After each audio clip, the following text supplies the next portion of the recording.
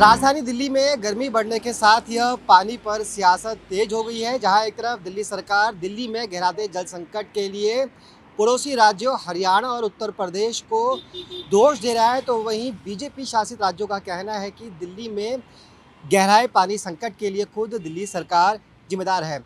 जी हाँ, दिल्ली की cabinet minister आतिशी ने आज कहा कि दिल्ली के अंदर पानी का संकट अब धीरे धीरे बढ़ने लगा और कई इलाकों में पानी की आपूर्ति टैंकरों के माध्यम से भी की जा रही है। ऐसे में उन्होंने इशारा किया कि अगर कोई शख्स पानी का मिसयूज़ करता हुआ पाया गया तो उसके खिलाफ एक्शन भी हो सकता है। मतलब उसके खिलाफ दिल्ली सरकार जुर्माना लगाए जाने पर भी विचार कर सकती है। वहीं दूसरी तरफ दिल्ली सरकार का ये भी कहना है कि दिल्ली को उसकी ज़रूरत के मुताबिक पानी नहीं मिल रहा है। 1 मई से ही हरियाणा ने दिल्ली को अपने हिस्से का पानी देना कम कर दिया और लगातार यमुना का वाटर लेवल गिर रहा है। 1 मई को यमुना का वाटर लेवल वजीराबाद पर 674.5 फीट था। 8 मई तक एक हफ्ते के अंदर अंदर ये गिर के 672 फीट पर आ गया। लगातार पानी का स्तर गिरता रहा और 20 मई पे ये 671 फीट पर आ गया।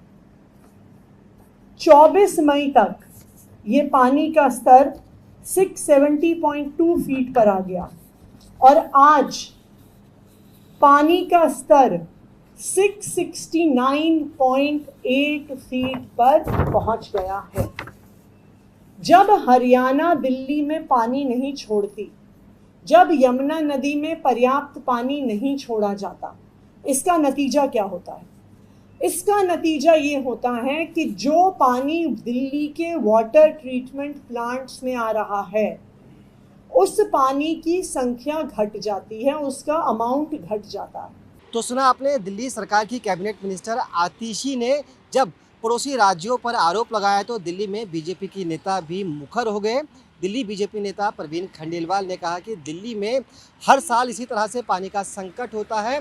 दिल्ली सरकार समस्या का स्थायी समाधान निकालने की बजाय सीधा बीजेपी के सर ठिकरा फोड़ देती है। देखिए, दिल्ली में जगह जगह पर या तो पानी आ नहीं रहा है या पानी जहाँ जहाँ पर आ रहा है पानी इतना गंदा है कि उससे उसको यूज़ करने की बात तो छोड़ो, उससे बर्तन भी नहीं धोए जा सकते हैं।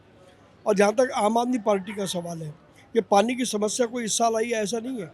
पिछले 10 सालों से पानी की समस्या, हर साल गर्मी में इस प्रकार की समस्या आती है और हर साल आम आदमी पार्टी का एक ही जवाब होता है कि हरियाणा हमको पानी नहीं दे रहा। पहले वो पंजाब का भी नाम लेते थे, अब पंजाब का नाम इसलिए नहीं लेते हैं क्योंकि वहाँ पर उनकी सरकार है, इसलिए अब वो केवल हरियाणा को दोषी बनाते हैं। अरे कोई उनसे सवाल करे कि पानी की समस्या का स्थायी समाधान करने के लिए आपने क्या किया?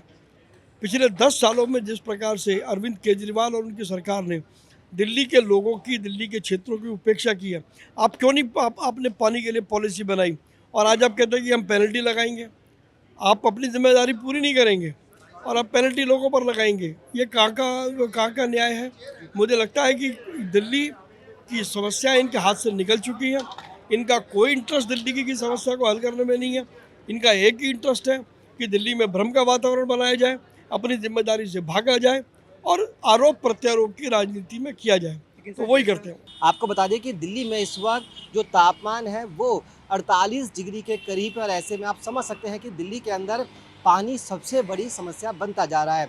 आज दिल्ली सरकार ने इस मसले पर पत्रकारों से बातचीत भी की और ये कहा कि दिल्ली के अंदर कई इलाकों में जहां पर पानी की सप्लाई सुचारू रूप से नहीं हो पा रही है, वहां पर टैंकरों के माध्यम से पानी भेजा जाएगा। इसके साथ साथ अब दिल्ली के लगभग 90% इलाके में सिर्फ एक टाइम ही पानी की सप्लाई की जाएगी। हालांकि देखना यही है कि आने वाले समय में जैसे जैसे दिल्ली के अंदर जल संकट बढ़ता है तो क्या दिल्ली वासियों की समस्या को लेकर पड़ोसी राज्यों, खुद दिल्ली सरकार वाकई गंभीर नजर आती है या फिर इस मुद्दे पर सियासत यूं ही जारी रहेगी। कैमरामैन विनोद के साथ मुकेश गुप्ता, दिल्ली।